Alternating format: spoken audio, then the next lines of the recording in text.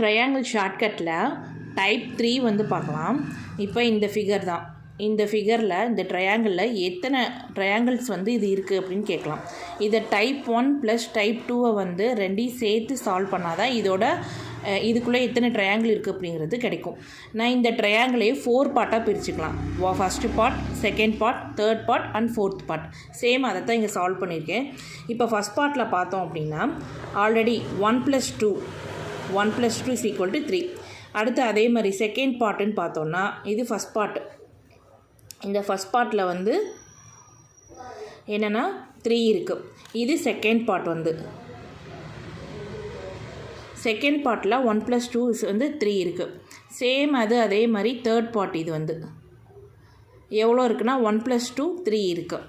அடுத்ததாக வந்து டைப் 2 வந்து இம்ப்ளிமெண்ட் பண்ணுறோம். இதில் 1 + 2 + 3 = 4. அப்போ இது வந்து என்ன ஃபோர்த்து பார்ட் வந்து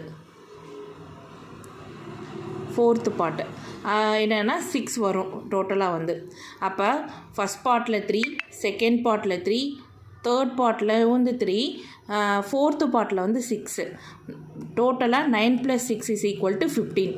ஆனால் இது ஃபுல்லாக கண்டுபிடிச்சிட்டோம். அப்போ ஃபஸ்ட் பார்ட்டில் கண்டுபிடிச்சிட்டோம், செகண்ட் பார்ட்டில் கண்டுபிடிச்சிட்டோம், தேர்ட் பார்ட்டு கண்டுபிடிச்சிட்டோம், ஃபோர்த் பார்ட்டு கண்டுபிடிச்சிட்டோம். மொத்தமாக கண்டுபிடிச்சிட்டு ஆனால் டோட்டல் ஃபிகராக இங்கே இன்னொரு ட்ரையாங்கிள் இருக்குது. அதையும் சேர்த்து ஆட் பண்ணி தான் 1ன்னு போட்டு 15 + 1 = 16.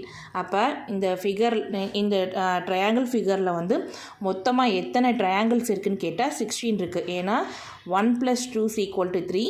அதே மாதிரி இந்த பக்கமும் 1 + 2 = 3. அதே மாதிரி இந்த பக்கம் 1 + 2 = 3.